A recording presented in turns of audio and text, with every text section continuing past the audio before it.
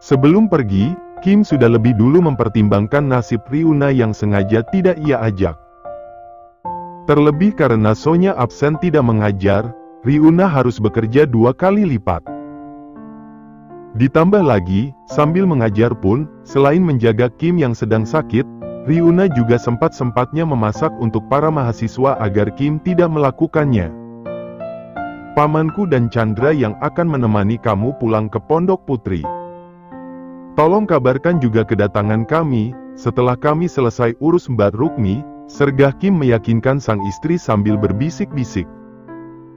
Ryuna jadi sibuk menggeleng. Ia bahkan refleks menggenggam tangan kiri Kim menggunakan kedua tangannya. Kalau sampai kejadian kayak kemarin, sementara kamu lagi sakit. Itulah yang Ryuna pertimbangkan. Ia menyayangi suaminya, ia tak mau suaminya berjuang sendiri. Terlebih semenjak mereka menikah dan Kim pun sudah langsung bertanggung jawab, baik dari segi menjaga bahkan memberinya uang. Sejak saat itu juga, Ryuna yang sempat terbiasa hidup sebatang kara, merasakan kembali apa itu keluarga dalam wujud pasangan. Kenapa kita enggak minta bantuan dosen saja?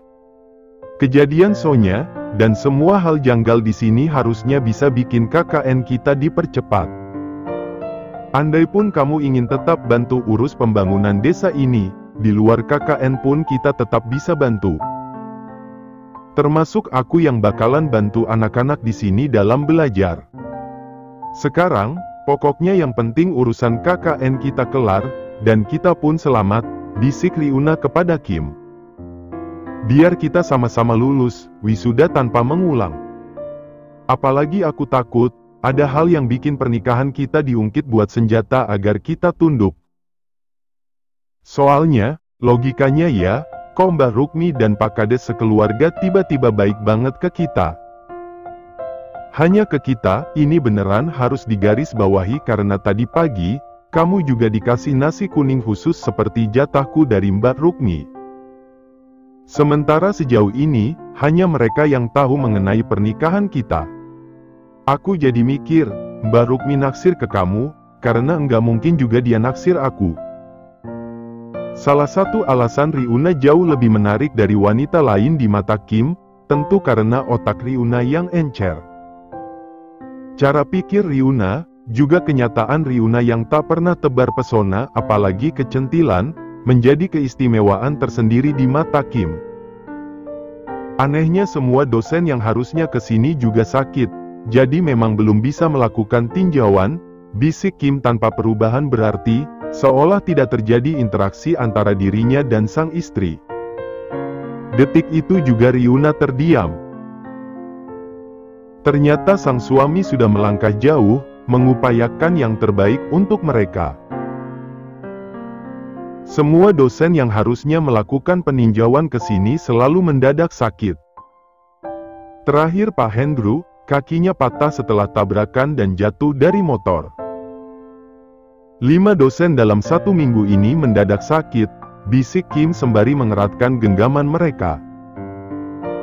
Setelah melakukan pertimbangan, akhirnya Ryuna tetap ikut bersama mereka karena Pak Kades yang panik juga sudah sangat tidak sabar. Kedua pengawal Kim yang Kim kenalkan sebagai pamannya juga turut serta. Kalau keduanya paman Kim, kok paman malah mirip pengawal? Memangnya mereka enggak kerja? Memangnya mereka enggak butuh makan atau punya keluarga yang harus dihidupi? Pikir Ryuna jadi merasa janggal kepada kedua pengawal Kim yang ia kenal sebagai paman dari suaminya itu.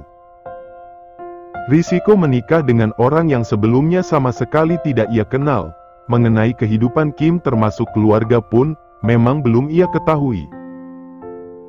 Sampai di rumah Pak Kades, suasana di sana terbilang horor. Rasa dingin menyapa setiap kulit mereka yang baru datang, meski mereka kompak memakai jaket. Keadaan Rukmi benar-benar mengkhawatirkan meski wanita itu tak sampai bentol-bentol layaknya cacar moni asteris et lagi.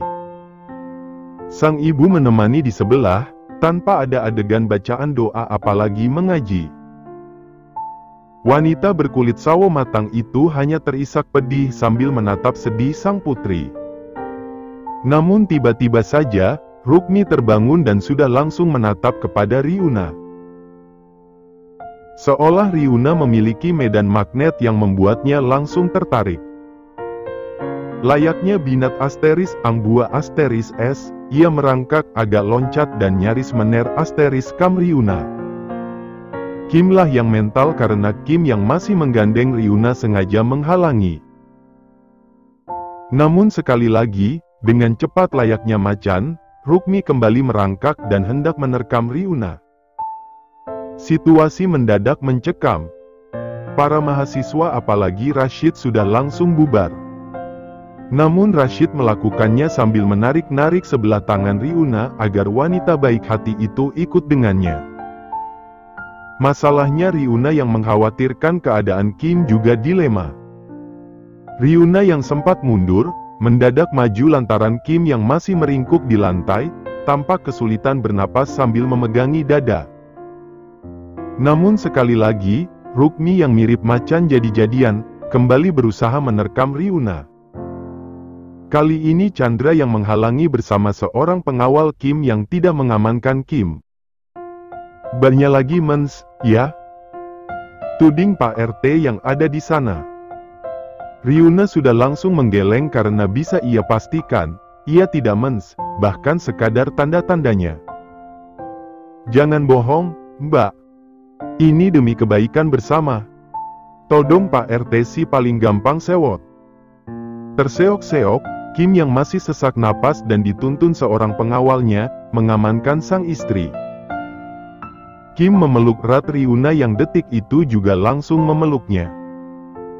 Ryuna terlalu syok dengan kejadian sekarang, apalagi ia melihat dengan kepala dan matanya sendiri, jemari tangan Rukmi mendadak berbulu, memiliki kuku tajam layaknya macan.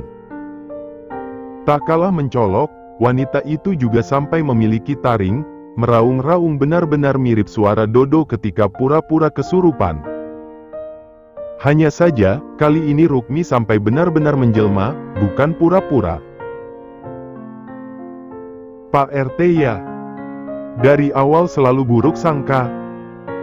Lama-lama saya ruqyah juga. Kalau keadaan di sini sudah begini, semuanya beneran wajib diruqyah, dibersihkan.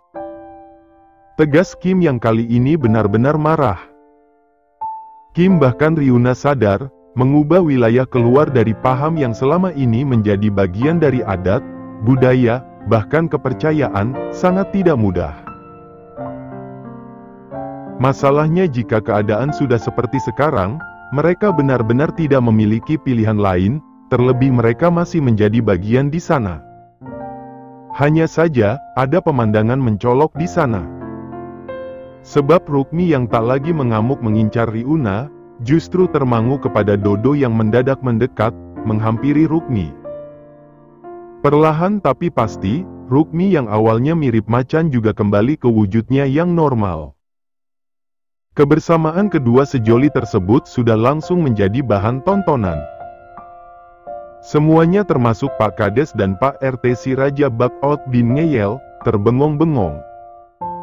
Ini kenapa lagi, ya Allah? Benar kata Kim, semuanya wajib diruqyah. Kalaupun mereka tetap menolak, mau enggak mau kami yang harus angkat kaki dari sini. Batin Ryuna. Tak kalah membuatnya bertanya-tanya, kenapa tadi Rukmi mengincarnya, hingga Pak RT menuduh ia sedang mens. Setelah sempat termangu menatap wajah Dodo, Rukmi berakhir pingsan. Detik itu juga Dodo menyusul hingga Pak Kades yang menyaksikan, buru-buru menghampiri Dodo.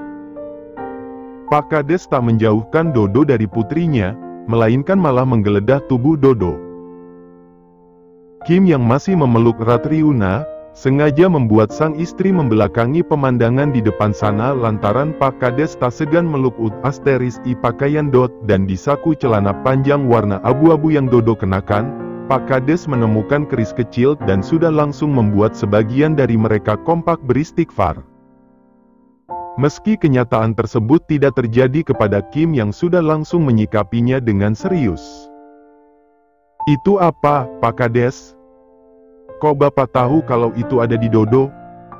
Ucap Kim yang kali ini terdengar sangat dingin bahkan di telinganya sendiri. Ryuna yang penasaran pada apa yang sang suami maksud, berusaha melongok sekaligus memastikan. Namun untuk kali ini, Kim tetap belum mengizinkannya. Karena Pak Kades menjadi kebingungan, Pak RT sengaja mengambil alih. Pak RT dengan gagah segera membenarkan peci hitam di kepalanya sambil berdeham. Yang enggak berkepentingan, silakan keluar dan menunggu di luar.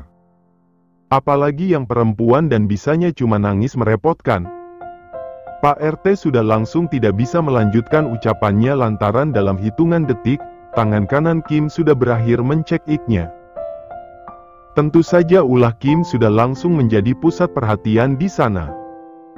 Hanya saja, berbeda dari biasanya, kali ini tak ada satupun mahasiswa yang menghentikannya. Yang ada, semua mahasiswa yang masih sadar, termasuk Chandra si anak Tuhan yang sangat lurus, justru tampak puas dengan apa yang Kim lakukan.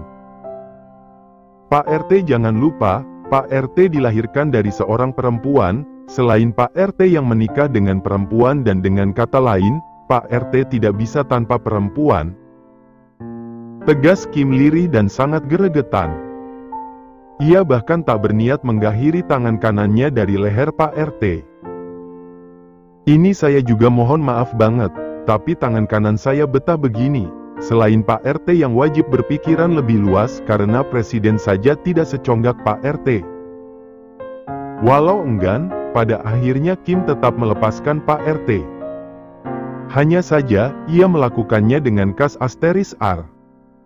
Merasa dipermalukan, Pak RT yang juga sudah langsung menjadi pusat perhatian termasuk keempat warga di sana, menatap kesal wajah-wajah di sana. Sekarang begini saja, jujur, saya sudah meminta dosen untuk mempercepat acara KKN di sini karena kondisi di sini yang sangat tidak mendukung.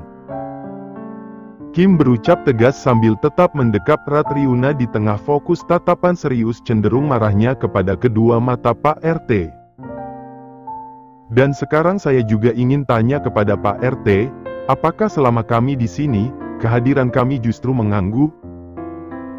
Kim menatap wajah-wajah di sana. Termasuk Pak Kades dan sang istri, tidak ada yang menanggapi. Keduanya yang sudah duduk di hadapan kebersamaan Dodo dan Rukmi, justru menunduk lemas. Dan satu hal yang sangat ingin saya perjuangkan. Bagaimana tanggung jawab kalian terhadap apa yang dialami Sonya, yang telah dipermainkan oleh Ki Awet selaku junjungan masyarakat sini? Kiranya, Pak RT yang sejauh ini merasa paling paham sekaligus benar, bisa memberi kejelasan. Sergah Kim dan sudah langsung membuat lawan bicaranya, kebingungan. Apa maksud kamu bilang begitu? Kenapa kamu malah terkesan meminta saja tanggung jawab atas apa yang terjadi pada Sonya? Sonya begitu kan karena dia yang tidak bisa mengontrol nafsu? Balas Pak RT yang tidak mau disalahkan, tentu saja. Lalu, apa yang kiranya terjadi andai Mbak Rukmi tetap dibiarkan di kamar pengobatan sampai subuh seperti arahan Pak RT? Sementara dini hari itu, kita menyaksikan Sonya sedang melakukan ritual khusus dengan Ki Awet, di kamar pengobatan. Lanjut Kim, dan itu sudah langsung terlihat terkejut. Loh, kenapa Mas Kim lagi-lagi menyalahkan saya?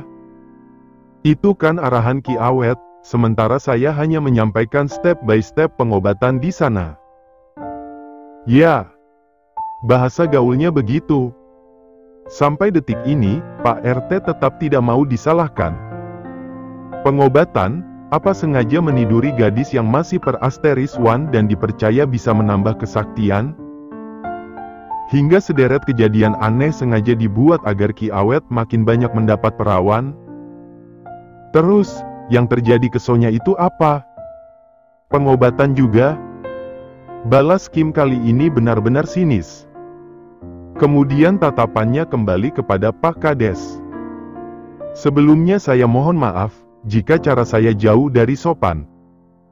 Baik itu kepada Pak RT, Pak Kades, dan juga semuanya. Namun karena sebelumnya saya sudah mengatakan beberapa kali, jujur saya kecewa kenapa kejadian ini sampai terjadi. Terlebih saya yakin, Dodo tak mungkin mendapatkan barang seperti itu kalau bukan dari warga sini. Meski sudah menunggu lama, tetap tidak ada jawaban. Hingga Kim yang sadar kaki Ryuna belum sepenuhnya sembuh, sengaja membopongnya. Kenyataan manis tersebut membuat setiap yang menyaksikan yakin, Kim tak hanya peduli kepada Ryuna, melainkan Kim memang sangat menyayangi Ryuna. Dalam hatinya Pak Kades yang masih diam berujar, sebenarnya keris kecil tersebut merupakan jimat pelancar dalam segala urusan. Baik urusan pendidikan, pekerjaan, bahkan asmara. Tadinya itu milik Pak Kades, tapi setelah apa yang dialami Rukmi dan berhasil sembuh oleh Rukiah Kim beserta rombongan, Pak Kades yang tak mau itu kembali menimpa sang putri, sengaja memberikan jimatnya. Terlebih Rukmi berdalih menyukai Kim. Tentu maksud Pak Kades memberikan keris itu kepada Rukmi, agar Rukmi bisa mewujudkan salah satu impian terbesarnya saat ini yaitu menikah dengan Kim. Saya benar-benar minta maaf kepada peserta KKN dan semua yang hadir di sini, khususnya Mas Kim. Namun kalau boleh, saya ingin berbicara serius dengan Mas Kim dan Mbak Ryuna. Benar-benar hanya bertiga. Sebentar saja, ucap Pak Kades yang akhirnya angkat suara, hingga membuat mereka yang di sana tak menunggu lagi. Awalnya Kim menawar agar Pak Kades mengatakannya di sana saja, tapi karena Pak Kades menyinggung perkara pernikahan, Kim sudah langsung ketar-ketir. Tolong nikahi Rukmi, Mas. Tidak apa-apa, Rukmi hanya jadi istri kedua. Rukmi tetap mau karena dari awal melihat Mas Kim, Rukmi sudah langsung jatuh cinta kepada Mas. Bahkan kemarin ketika saya menceritakan alasannya bisa sembuh dan itu karena Mas, Rukmi langsung kegirangan, yang mana dia juga langsung bercerita bahwa sejak awal melihat Mas, Rukmi langsung jatuh cinta. Ucap Pak Kades di ruangan yang ada di bagian rumah bagian dalam. Kim sudah langsung kebingungan sekaligus sangat marah. Dan Pak Kades akan menjadikan apa yang terjadi kepada kami, yaitu karena jatah pengantin yang tak sengaja kami konsumsi, sebagai senjata pamungkas agar KKN kami bermasalah. Ucap Ryuna sangat hati-hati. Persis seperti yang ia khawatirkan dan sebelumnya sempat ia utarakan kepada Kim. Dan akhirnya, pertanyaan-pertanyaan mereka mengenai perubahan drastis Rukmi sekeluarga, terjawab. Lantas, apakah Kim dan Ryuna akan mempertaruhkan hubungan mereka demi KKN yang mereka jalani, sementara rasa memiliki sudah telanjur melekat kuat dalam diri mereka sebagai suami istri, dalam kebersamaan mereka yang terbilang masih sangat singkat?